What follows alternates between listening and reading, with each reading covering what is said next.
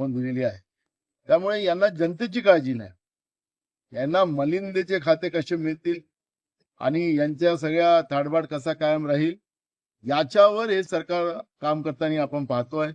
आणि त्याच्यामुळे आज तर एक नवीनच झालं की अजूनही राज्यपालाकडे बहुमताचा आकडा घेऊन हे पोहोचले नाहीत. आणि इकडे राज्याच्या मुख्य सचिवांनी पत्रिका पण तयार करून टाकली शपथविधीची, मुख्यमंत्र्याचं नाव पण लिहून टाकलं.